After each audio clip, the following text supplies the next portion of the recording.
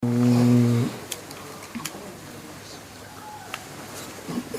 الله الرحمن الرحيم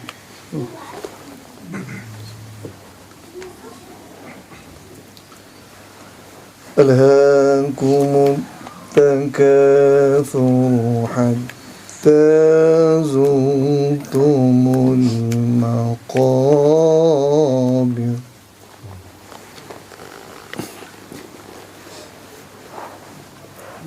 كلا سوف تعلمون ثم كلا سوف تعلمون كلا لو تعلمون علم اليقين لترون الجحيم ثم لترونها عين اليقين ثم لتسألن يومئذ عن النعيم صدق الله العظيم.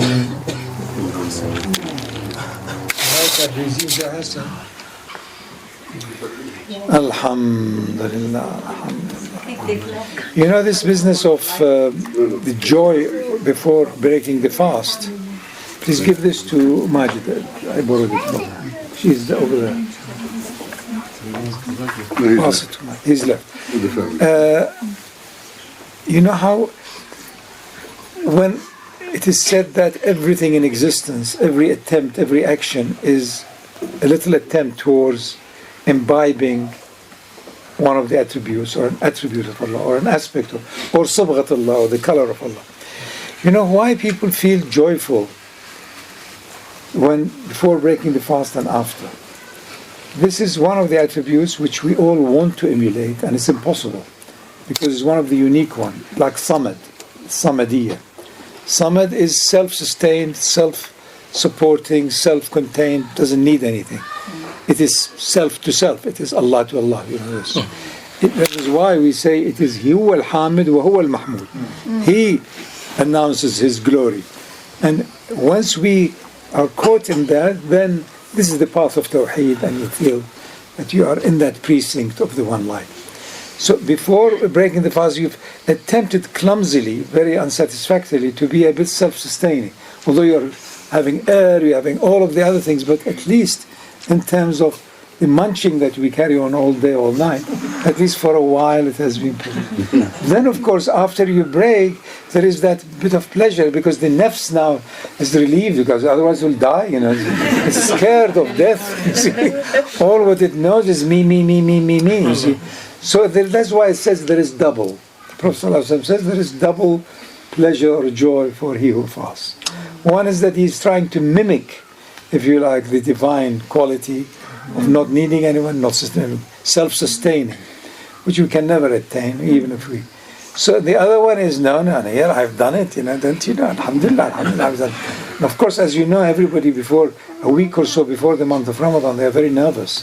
They're all, how is it going to happen? You know? And the first 2 days, you're better off not to talk to people either, because they're scared. Yeah. So, and then, around this time, middle of the month is all right. It's generally they got into that habit, you know. And they still look another 2 weeks, another 2 weeks. Never mind. So I want Ustad Iqbal to read for us Surah Al-Ikhlas, Surah Al-Qadr, please. بسم الله الرحمن الرحيم إنا أنزلناه في ليلة القدر وما أدراك ما ليلة القدر ليلة القدر خير من 1000 شهر تنزل الملائكة والروح فيها بإذن ربهم من كل أمر سلام هي حتى مطلع الفجر صدق الله العظيم. Allah Azza wa Jal declares to us, like everything else, there are tools. There is the Alam al-Qadr, Alam al-Amr, Alam al-Qadr. The way or the order or the pattern of command, which are all in the unseen. These are to do with the higher realms of Lahut, Hahut, Jabarut, Malakut. Then in the Alam al-Mulk, we have Qadr, measure, discernible relationships. And that is where Rahimiyya comes in. The other is Rahmaniyya, as we were discussing earlier. So, Laylatul Qadr meaning after the darkness of the unseen, of not being here, not being born, not being aware of any movement or change or senses, having no discernment, then you come into the day, Matla al-Fajr. Fajr ayam Fajr is burst open, cracked. That is why we are very eager for the child to have discernment. You know, by the time a child is 2, 3, he'll have a will. And that will begin to grow. So that is why we need to have this discrimination, earthly rationality, reasoning, which begins to set in at the age of 7, 8, 9, and so on. So as we have aql, so we can contain the things, this is this and that, and a bit of emotion, the rest is reason, the rest is more rational, until it gets to the realm of the higher in you, which is your soul. That is the realm of intuition, insight, and unveilings that will come more and more as you are willing and able to take it. Because these two things are essential. Without willingness, ability, and receptibility, nothing will happen. So you may be capable as a human being of understanding or helping or so on. But if you are not ready for it, such as being asleep, it's no use. You may have the capability, but you may not have the readiness. So as we grow in maturity, we need readiness, capability, discernment, and clarity of mind.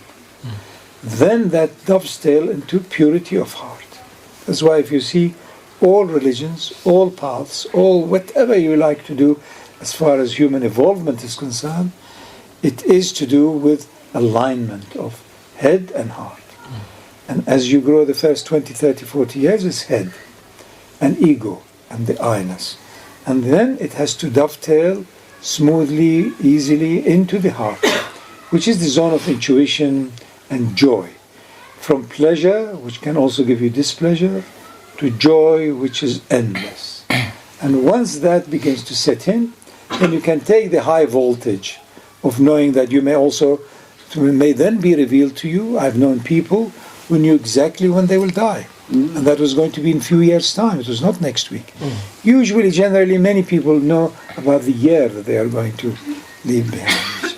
But no, I've known actually people who tell you exactly which night. Now, it takes a real ruhani being to know that. Otherwise, you will be upset, you know. Really, you will be totally, as we are already dysfunctional, there will be doubly dysfunctional. Really, you can't. So, Laylatul Qadr is when the two zones, the unseen and the seen, completely, if you like, meet and recharge. That's why, as everything has a cycle, everything is according to a movement, and these cycles they have their own, if you like, frequency, whether it is the cycle of your blood circulation, your breathing, your this, all of it is vibrating according to a certain measure of frequency. So are also these amazing, wider, broader events, like how from the unseen and the seen connect. And these happen again regularly, daily, hourly, and also annually. The annual one is as we celebrate also the night of Qadr. And look at the perfection also of our way and the path of Muhammad sallallahu alaihi wasallam. That nobody knows exactly when it is. So anytime the last 10 nights. Probably the 21st, 23rd, 25th, 27th. Now, it is not to keep things puzzled. It's actually even to do with cosmology. Can you tell me exactly in terms of the moon, is it the first or the second or the third day of the new month? Because as you all know, the crescent cannot be seen until it is 20 hours old. So if it is born 20 hours before the Maghrib, then you see it on Maghrib, you can say this is night one. Otherwise it's night one plus something, or minus something, or whatever. It's never that total. That's why we have so many times the question of which is exactly, when it is exactly. It usually also has got in it like several encounters where the world of the unseen and its patterns that are, if you like, archetypal, they never change, begin to impose themselves. It's like trying to imprint something, and the first time you press it, and then you press it again more, so it is over a short period, a few days, you see. That is why it is always advisable that the last 10 days of the month of Ramadan, you become much more sensitive, alert, close yourself in a bit, give yourself a chance, step out of yourself, from around the 20th, 21st, 23rd, 25th, and then you will know also that you reach a point, if you are diligent, vigilant, that really you truly have given up voluntarily. Voluntarily, not because you have been dispossessed and by bankruptcy courts or whatever. You realize you are bankrupt. Anyway, what did you have to come with? What will you have to take away? So in between, be there. And then you will be exposed to the ultimate treasury. As you know, even in this world, people who are closest to the wealthy people, despots, rulers, kings, sultans, are those who do not have personal ambitions. Therefore, the ruler loves them because he is so ambitious that the whole world cannot contain him. So he doesn't mind those who are not ambitious. They take them as confidant, you see. And that is why in our history of most of the Muslim history, the closest people to the rulers were non-Muslims because they could be outcast any minute. Not a single time you find during the Ottomans, for example, they had a minister or of finance and so on, unless he was most of the time Jew or Armenian or Christian or whatever, not a Muslim. Because the Muslim knows how much this fellow is wasting the poor people's money. They won't have them. No way, So, and for example, in Iraq, until the state of Israel, all the affairs of finance, when they were sultans rule, they were all Jews. See? Of course, Iraq was the center of Jewry anyway.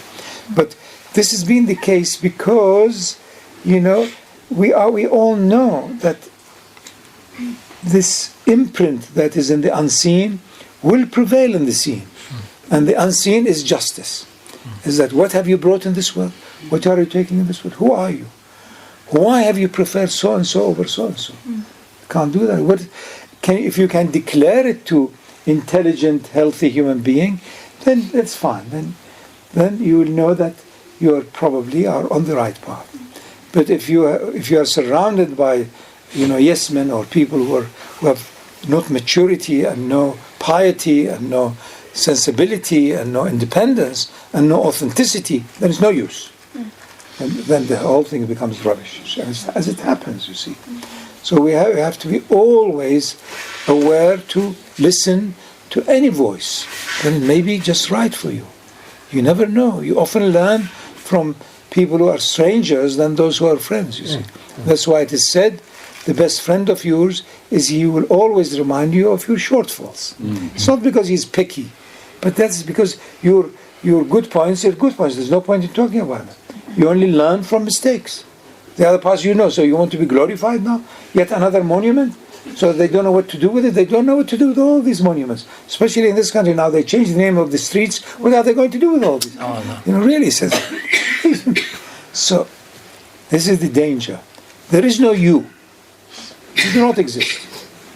It happens that this bundle of light got caught in this matter to show the magic of how energy and matter are interchangeable, undistinguishable, both of you. That is why the practicing of death is the practicing of eternal life. If you truly are willing to let go any minute for whatever it is, project you have, work you have, relationship you have, then you are much more alive and alert. And those people in martial arts, they tell you, the time that you can truly face your enemy and be totally victorious is when you are not afraid, when you don't regard them as your enemy, when you have no awareness of your own even self. Then something else comes, and then you are flying without flying, then you are earthly without, other than being heavenly. Then you are Humpty Dumpty put together again. See, and that's all what it is. So, Laylatul Qadr is the night or the event of when the unseen and the infinite vastness of that sacred energy meets the tininess, the littleness of our earth or even all the universe. It's a nothing. Prophet ﷺ describes the universe. He says it's like a tiny little ring at the edge of a desert that has no end. So what is it all about? What is all this quarrel and absolute? That is why nafas. And we have it, but we don't practice it. The business of nafs. The entire thing is about your nafs, and the same thing is nafas, breathing. If you watch your breathing, you suddenly find, now suddenly you become angry. Like a little donkey, Angry about what, Think of yourself dead at that minute. So this doesn't matter. If there is something you can do about it, do it. If there is nothing you can do, then sabr, another great divine name. Switch the clock off. Stop the time. And you'll be amazed that in 10, 12 years' time, nothing is the same. Fine. So what does it matter? Few million years between friends. Really, be geological in your timing. A few million years here and there, and it doesn't matter. You're nearly 2/3 of South African geology is pre-life. That's why it is one of the amazing areas in the world. 3 billion years old. Stones. That's why you find no fossils, no nothing. It's amazing. People just walk and think and spit and you don't know what to... Really? Be careful, be aware, really.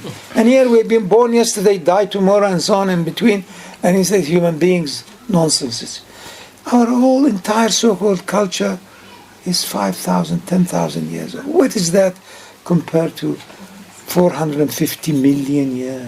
That would be a shame. So don't be in a rush. Islam was announced 1400 years ago, and it was hijacked by the Arabs and dynasties. They suddenly blew themselves up. They entered Jerusalem as Muslims, and they were kicked out as Arabs. The same thing in Andalus, and.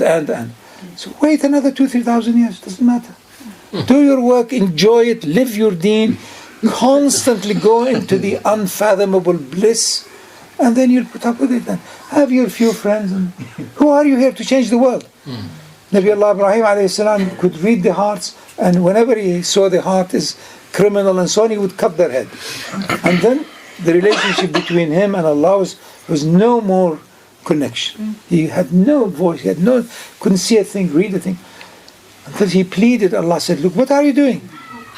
If I wanted to have only a perfect thing, I would have had a perfect thing. And I have billions of worlds of perfection.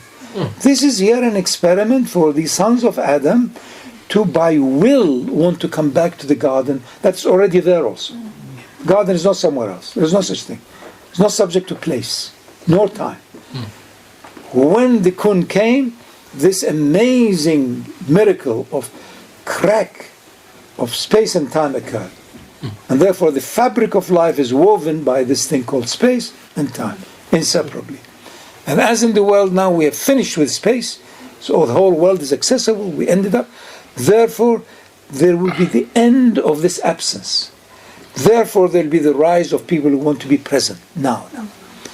That is why spirituality is on the ascent, religiosity on descent. Who wants all of these fancy things and strange people in different hats and different clothes? If it's convenient word, it's not convenient word. What is all this all about?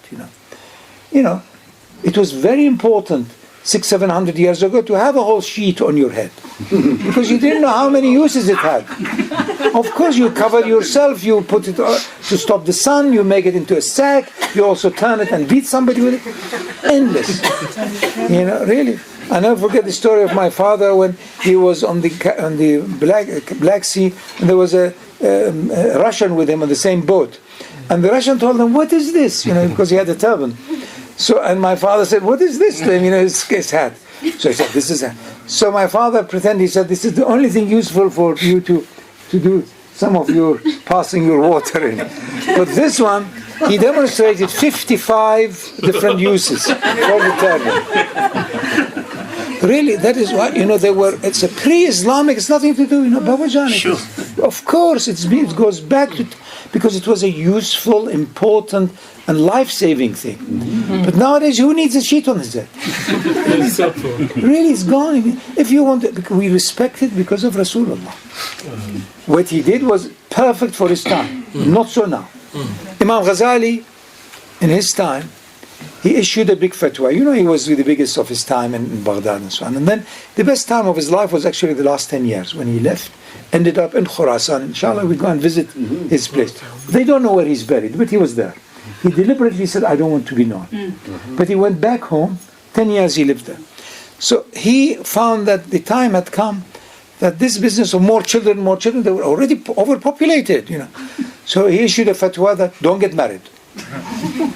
Of course, now, at that time there were something like 10, 20, 30,000 ulamas in Iraq. But this was the chief rabbi. So they wouldn't dare to, you know, make a lot of fuss. But some people asked him, "But are you going against Rasulullah?" He said, "No. Rasulullah said the perfect thing. Marry, make children." But that was his time. But now, if you do that, you know, you cannot perfect your ibadah. Because the materialism is so high that she'll demand endless things from you. She wants to live in Houghton, and when you give her a house in Houghton, she wants to live somewhere else. She wants to live now poor, endless. And then she wants to have a house on the beach, and then she wants to have this, and then she wants that. And she said, "What about if South Africa we want to leave and so on? We need a house in Tunisia or whatever." So she says, "Don't marry." Or go to Dubai. So he said, "Look, if you are serious about discovering the Creator, then stop being distracted. Unlike us, we need to be distracted and attracted. So we are in the middle, caught up a bit of this and a bit of that, and that's why we are muddled. But you know, everything has its context. So Laylatul Qadr is the night in which the seen and the unseen for you is inseparable. You don't know whether you are not, you are here, nowhere. Heavens, earth, nothing exists, has swallowed you. You are nowhere. There is no you. As I said earlier, that the seen and the unseen and the seer are indistinguishable. We need distinguishing. We need to know that this is right, this is not, this is appropriate, this is not the right place, this is correct. This is fine, but this is child play. All of this rationality and reasoning are essential, necessary conditions, but insufficient for you to have that unity of the seen and the unseen in you. Until you have Laylatul Qadr. And Laylatul Qadr could be any night. As Imam Ali alayhi salam says, if you are not able and willing to really truly enter into that ecstatic state of Eid every day, then there is no Eid for you. Eid is aada ya'udu, to return. To return to what? To realizing that I exist, but by courtesy of the maker of it all, who is the only true source of all creation. Then you are in a true state of adab, courtesy, reverence, joyfulness. That is the purpose. The work has already been done. The pattern has been designed. Creation has already been in every way its template made. But you and I have to finish it off by will. That is the meaning of Adam. That is all. You know, because the angels have no will. Their will is entirely not in their hands, Allah's will. Adam was given this will in order to use it, in order to consciously, deliberately re-plug into the one and only, power that there is, Allah's will. That is the meaning of Allama Adam al-Asma. What is Allama Adam al-Asma? All of the things we love. Who doesn't love well-beingness? Who doesn't love continuity of wholesomeness? These are all Allah's qualities. Allah Azza. Who doesn't want to be independent totally of anyone? Who doesn't want to be the seer, see now, past, future? Allah, who will? He is the seer, He is the hearer. We go through all this trouble, constantly glasses and so on. He is the Allah who will, He sees, He hears. We go through all this and improve hearing. It's much better not to hear, really. I congratulate Farhad, a lot of rubbish, it's better not to hear. I had one of my relatives who had very selective hearing. A very fine old man, and because hundreds of his relatives, they will come and ask him for things, so he will never hear. I never forget him. He was a wonderful man. He used to, for me, anything I said, he would hear. Absolutely, he will hear it even a kilometer away. It's a very selective hearing. So it's not easy. So Laylatul Qadr is the night when measure and amr, and all of them have. It's easier those nights. And part of it also is easier because you're a bit more sensitive. You've been a bit more withdrawing. You've been a bit more abstract. Abstention from the outer increases retention of the inner. No to the disturbance, yes to harmony. That's as simple as that. وَلَن تَجِدَ لِسُنَّةِ اللَّهِ تَبْدِيلًا. This is the formula. So if you don't need mathematics for it, you need basic arithmetic. It's simple. Less of this, more of that. Less rubbish, there is likelihood of more space and goodness. Give yourself space. How? Change your mind. How? Be willing to change in every way your attitude. How? Willingness to die. But don't practice on each other because you may suddenly suddenly go to it more than you thought. The throttling process. That's why it has to be voluntarily. And you must enjoy it. There is not this serious. It is so serious that we must be joyful. It's beyond seriousness. It is not just life and death. It's about eternal life. It's about baqa. So, and you have to do it according to your will, ability, and so on. And you'll be amazed. You have good intention, high intention, and that's it. It will come to you.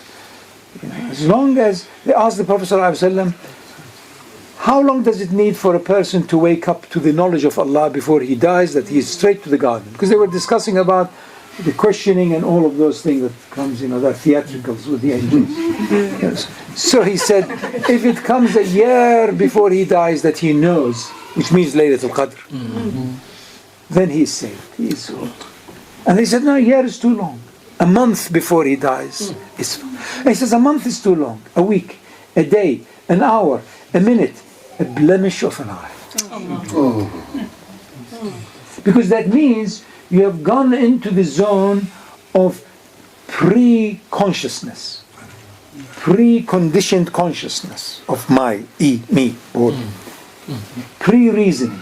In other words, that infinite consciousness, that divine consciousness, supreme consciousness. If you caught a glimpse of that, which is Laylatul Qadr, which is the instant. Layla is the same as Yawm.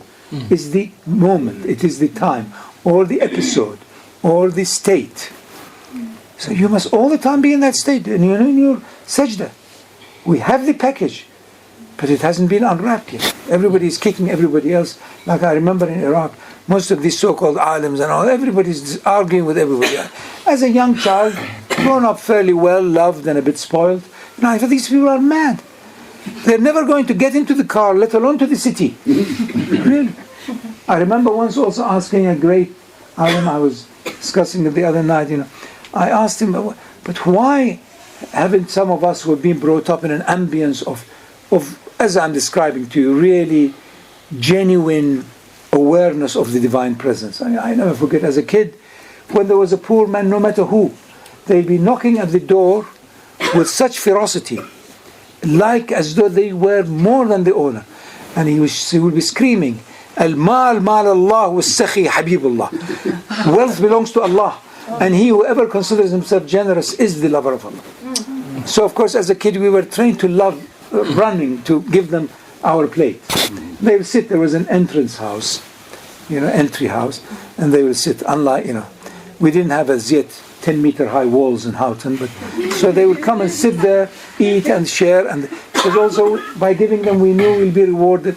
So the ethos was there, the culture was there, that awareness was there, that any minute you may die, any minute you may leave. What have you done? Who are you? So there was that constant, and of course the family, the friends, the reflections, it was all there. That's why there was no theft, there was no abusiveness, there was no divorces. Of course, there were some, no doubt, in human terms as conflicts and so on, but they were all kept calm, quiet. There was shame. There were haya. We have a wonderful saying in Arabic. You say, if you don't have haya, then do what you want. That's exactly what Saddam did. No shame. Shame meaning that Allah sees you, Allah knows you, is written in all of you. So watch out. Be present. That's why I said earlier, end of distance will bring beginning of presence. The whole world wants to improve on this idea of awareness, of awareness, of awareness. That is why the Eastern, if you like, systems, especially Taoism, Buddhism, Confucianism, all of these are moving so fast and rapidly in the West. And then Muslims, because they want to compete, say, we want to also bring Islam. But you're not living your deen. You yourself have not been awakened. How can you peddle something that has not done you and brought you up fully?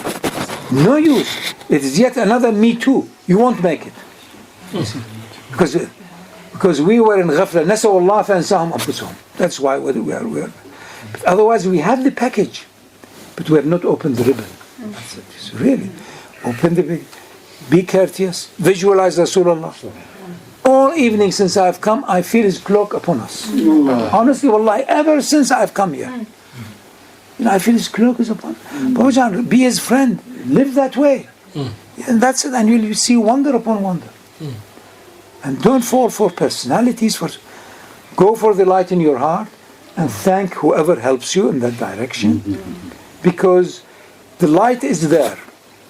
What is stopping it is your own self-made shadow. You have designed your cocoon. And every cocoon is different. No two cocoons are the same. Because you've been influenced by parents, by genetic background, by your DNA, by environment, by culture, and all of the other things. You saw your parents, So you can't deny the shadows. You have to somehow slip through the shadows by mercy of the light that is in you, which is the divine presence. If anybody helps you, thank them and move on. So that's all. You've come alone, you'll go alone, and there is no loneliness at all because Allah has been the energy behind it, with it from beginning to end. Therefore we say, La ilaha illallah. What a liberation. Freedom from everything, from yourself and as well as your family and everybody else. That is the path.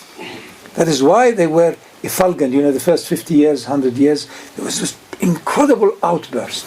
And of course it was subsidized, supplemented very much by looting, because that was the culture. You go and loot, you take over and take everything they have. And of course in Islam they respected the women, the children.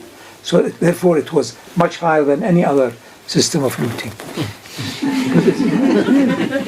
That's why it succeeded. Of course there was a reward, but most of them were first illumined. So they were almost on the other side. Therefore there were no fear of death, you see. There was no fear of death, but they were not all the time desiring the wealth or that's why in the early years it was difficult for even distributing the loot. They were so courteous, all be there.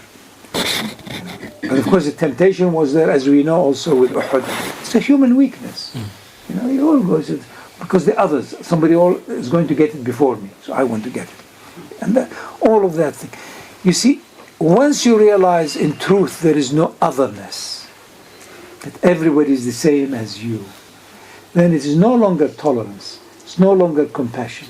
It is truly the divine love that glues everything together. So inshallah we'll have nothing other than the nights of Qadr. Every night is Qadr. And every day is a Eid. But there are easier times and cycles. So inshallah during these 10 nights I pray for you as I pray for myself, that you go into such an era of sensitivity and lightness that you realize that you have been created in order to live on that wave band. And I pray for you to have the best of health, the best of contentment, the best of tolerance, the best of ability to share with others who are less fortunate than you, no matter who they are. سبحان ربك رب العزة عما يصفون وسلام على المرسلين. Alhamdulillah. And I thank especially our dear friends, our close friends who have been tremendous support and helpful brothers, my real close Sahaba, and especially Abu Bakr, who always has his house open and who we should leave before any bill is presented to him. Because he's very good in payment for bills. And may his family and anybody who comes to him and all of you, every one of you, learn more and more openness, open-heartedness and charity. Don't be frightened about shortage, because that is how the nafs gets at us. Quran says it is shaytan ya'idukum bil faqr. There is shortage, don't look at shortage. You're not dead yet. And if you die, do let us know, we'll try to do something. Really, don't look at it. And inshallah you have a blessed time, and inshallah I see you on Eid.